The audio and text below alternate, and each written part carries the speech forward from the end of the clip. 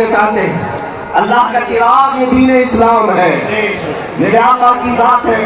منہ کے پھونک سے چراغ بجھانے کی کوشش کرتے ہیں، وہ بھی کون سا چراغ؟ جو چھوٹی ہلکی لو والا نہیں، بلکہ جس کی روشنی پورے عالم اور کائنات پر چھائی ہوئی ہے، جس کی روشنی کا عالم یہ ہے کہ میرے اعلیٰ حضرت امام اہل سنت فاضل بریلوی فرماتے ہیں یہ چاند اور سورج جو جھلملاتے ہیں، یہ تاروں کو جو روشنی ملی ہے وہ فقط میرے آقا کے طلبوں کا دھون ہے، حضور پاک صلی اللہ تعالیٰ علیہ وسلم کے نہانے کا اترن ہے، حضور کے غسالے کا اترن۔ اگر چاند اور سورج اور تاروں کو ملے وہ اتنا جگمگاتے ہیں تو تم اس ذات مصطفیٰ کو پورا نور علی نور ہے اسے مٹانے کی کوشش کرتے ہو، اسے پھونکنے کی کوشش کرتے ہو۔ یاد رکھنا کہ یہ نبی پاک صلی اللہ تعالیٰ علیہ وسلم کی ذات پر کبھی کوئی فرق نہیں آئے گا، اور انشاءاللہ العزیز آج کے بعد سے ہمیں انہی لوگوں نے جگایا ہے، ہمارے بچوں کو جگایا ہے، جوانوں کو جگایا ہے۔ دیکھنا ایک محمد پر تم نے انگلی اٹھایا تھا، ہمارے جتنے نوجوان ہیں وہ عہد کر کے اٹھتے ہیں مولا اگر تو نے بیٹا عطا کیا تو ہمارے گھر میں محمد ہی ہوگا، محمد ہی ہوگا صلی اللہ تعالیٰ علیہ وسلم، حضور کے نام پر ہوگا۔ اس لیے کہ برسوں دنیا نے یہ دیکھا ہے نبی پاک صلی اللہ تعالیٰ علیہ وسلم کے ساتھ چھیڑ چھاڑ جو ہوتا ہے۔ میرے عزیزوں، آپ کے لیے اب یہ موقع ایسا ہے کہ تمہارا یہ امتحان ہے، تمہاری آزمائش ہے۔ اس میدان میں اب جتنے کھڑے ہیں وہ جمے رہ جائیں گے، جتنے کھوٹے ہیں وہ بہ جائیں گے۔ یا آندھیوں میں یا طوفانوں میں ظالموں کی اس طرح کی حرکتوں پر کچھ ایسے لوگ ہوں گے جو بہ جائیں گے خس و خاشاک کی طرح، انہیں ایسا لگے گا کہ نہیں پناہ یہیں پر ہے، ان کی دھوتی میں پناہ لے لیں گے، ان کی چادر میں پناہ لے لیں گے، زندگی گزر جائے گی۔ لیکن جو وفادار مصطفیٰ ہوگا وہ گردن کے اوپر تلوار بھی رکھی جائے تب بھی وہ کہے گا یا محمد صلی اللہ علیہ وسلم، مصطفیٰ کریم صلی اللہ علیہ وسلم کے علاوہ وہ کہیں اور پناہ نہیں مانگتا۔ کسی کی جے وجے کیوں پکارے کیا غرض ہم کو، کسی کی جے وجے کیوں پکارے کیا غرض ہم کو، ہمیں کافی ہے سید اپنا نعرہ یا رسول اللہ۔ میں تمہیں بتاتا ہوں ہماری محبت میرے آقا سے کیوں اتنی زیادہ ہے، کیوں اتنی زیادہ ہے، اس کی ایک وجہ بتاتا ہوں۔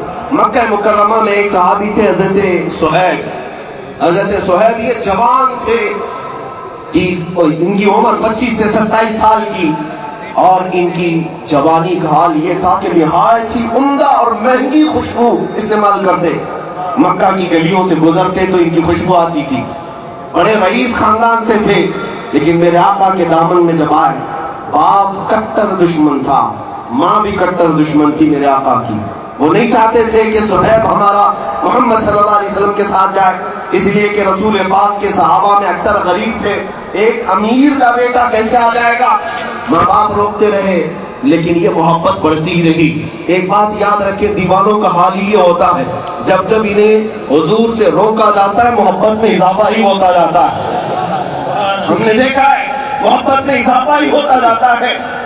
اس صہیب کو ماں بھی روکتی رہی، باپ بھی روکتے رہے، وقت ایسا آیا کہ باپ نے دھمکی دی کہ اگر تو وہاں جانا نہ چھوڑے گا تو تیرے ساتھ میں بہت برا سلوک کروں گا۔ جب یہ ظلم سہتے سہتے صہیب نے دیکھا کہ میرے آقا ہجرت کر کے مدینے چلے گئے، مکہ میں نہیں تھے، تو حضرت صہیب نے کہا میں بھی اب مکہ چھوڑ کر کے ہجرت کر کے چلا جاؤں گا۔ باپ نے کہا اگر تو نے ایسی حرکت کی تو ساری جائیداد تیرے سے میں آگ کر دوں گا، تجھے ایک پھوٹی کوڑی بھی نہیں دی جائے گی۔ حضرت صہیب نے کہا جو لکھوانا ہے مجھ سے لکھوا لو، جائیداد تمہیں مبارک، مال و دولت تمہیں مبارک، میں مدینے کا مسافر مدینے چل کے رہوں گا۔ آپ نے کہا ساری چیزیں قرض کر لی گئی، جائیداد ختم، کچھ دینے کو تیار نہیں۔ صہیب تنہا صرف بدن پر جو کپڑے پہنے تھے نکل پڑے مدینے کے راستے پر، ابھی تھوڑی ہی دور گئے تھے، پیچھے سے ماں پکارتی ہے کہ یہ صہیب تجھے پتا ہے تیرے جسم پر جو کپڑے ہیں وہ ہماری کمائی کے ہیں، ہمارے پیسوں کے ہیں، ہمارے پیسوں کے کپڑے پہن کر کے تو محمد کے پاس جائے گا۔ حضرت صہیب واپس کھڑا ہے، ان کپڑوں کو بھی اتار دیا اور کاٹ کے کپڑے، کونی کا لباس اپنے جسم پر ڈال دیا اور کانٹوں سے بٹن بنا کر کے انہیں ٹاٹ کے کپڑوں میں مکہ سے ہجرت کر کے نکل پڑے. انہیں کوئی چیز روکنے والی نہیں تھی. صہیب جب اپنے گھر سے ہجرت کر کے نکلے, اتنے پر بھی بس نہیں ہوا, ان کے ظالم باپ نے پیسے دے کر کے مکہ کے بڑے بڑے گنڈوں کو بلایا اور کہا کہ میرا بیٹا مدینے کے راستے پر ہے, جہاں ملے گا خوب مارو, اتنا مارو کہ زخمی ہو کر واپس وہ ہمارے گھر آ جائے. پیسہ لے کر کے گنڈے آئے. بیچ راستے میں صہیب تنہا تھے, تنہا اس عاشق رسول کو گنڈوں نے گھیر لیا. کبھی کوئی ادھر سے نوچتا, کبھی ادھر سے نوچتا ہے, مکے مارے جا رہے ہیں. وہ تنہا میرے آقا کا غلام مقابلہ تو کرتا رہا, لیکن اتنے مار کھایا, اتنے مار کھایا کہ ناک پوری پھٹ گئی اور خون جاری ہوا. زخموں سے پورا چہرہ سوج گیا, گھٹنے ٹوٹ گئے, جگہ جگہ زخم ہوئے, تھک ہار کر کے زمین پر لیٹ گئے. ان گنڈوں نے کہا چل واپس مکہ چلے جا, اسی میں تیری عافیت ہے. صہیب نے کہا اب تو ایک بار میں چھوڑ چکا, موت آئے گی تو میرے مصطفیٰ کی تلاش میں آئے گی, اس رات میں ہی آنی ہے تو آ جائے. وہ بھی تھک ہار کر کے چلے گئے. اے میرے عزیزوں, اے دیوانگان عشق محمد, دنیا آج بھی تمہارے ساتھ یہ حشر کرنے کو تیار ہے. ان ظالموں کو بتا دینا, موب لنچنگ تم کر کے کسی عاشق کے عشق کو کبھی نہیں چھین سکو گے. جتنے تم مارو گے انشاءاللہ اتنی ہی ہمارے عشق رسول میں اضافہ ہوگا. صہیب کو مار کر کے, توڑ کر کے, زخمی کر کے دیکھ لیا, واپس وہ مایوس ہو کر چلے آئے. جانتے ہو پورا دن زخموں کے حالت میں چور چور وہ وہیں پڑے رہے. دوسرے دن کچھ ہوش آیا تو پیدل سفر کر کے مدینے آئے. 9 دن کا سفر, 9 دن کا سفر, 425 کلومیٹر کا سفر ہے مکہ سے مدینہ. یہ پیدل چلے آ رہے تھے میرے آقا کے اشتیاق میں, میرے آقا کی محبت میں. ادھر مدینہ طیبہ میں صحابہ کہتے مغرب کی اذان کا وقت تھا.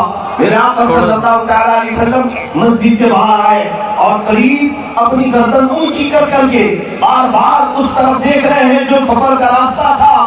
صحابہ پوچھتے ہیں آقا کوئی قبیلہ آنے والا ہے, کوئی وفد آ رہا ہے, آپ سے ملاقات کے لیے کوئی قبیلہ آنے والا ہے؟ میرے آقا نے فرمایا نہیں, میرا ایک دیوانہ, میرا ایک عاشق آنے والا ہے جو زخموں سے چور ہے.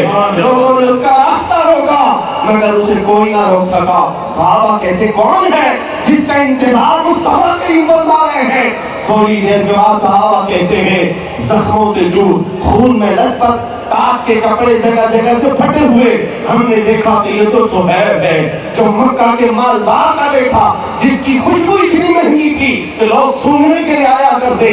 آج وہ زخموں سے چور مدینے میں آ رہا ہے. میرے آقا بڑھ کر کے آگے چلتے ہیں. جیسے ہی صہیب قریب آئے, آقا نے سینے سے سینہ لگا دیا, معانقہ کیا اور اپنے بدن پر جو چادر تھی وہ نکال کر کے صہیب رومی کو پہنایا اور کہا اللہ تیرا بھلا کرے. حضرت صہیب کے جملے سنو.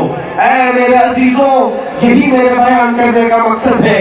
جس کو لوگوں نے توڑا, ماں نے مارا ہوگا, باپ نے مارا ہوگا, گنڈوں نے پیٹا ہوگا, مال چھین لیا ہوگا, لیکن جب وہ تھکا ہارا غلام مدینے پہنچتا ہے, میرے آقا کے سینے سے سینہ لگتا ہے, رسول پاک چادر پہناتے ہیں, تو دیکھو صحابہ کہتے ہیں صہیب کے چہرے پر ہم نے خوشیوں کے آثار دیکھے. ایسا لگتا تھا کوئی زخم بھی نہیں, کوئی درد بھی نہیں. اس کے بعد اپنے دونوں ہاتھ پھیلا کر کہتا ہے, صہیب کہتا ہے میرے دوستو اب تو مجھے کسی غم کا احساس بھی نہیں. دنیا چھوٹتی ہے چھوٹے, مصطفیٰ کی چادر میرے پاس ہے.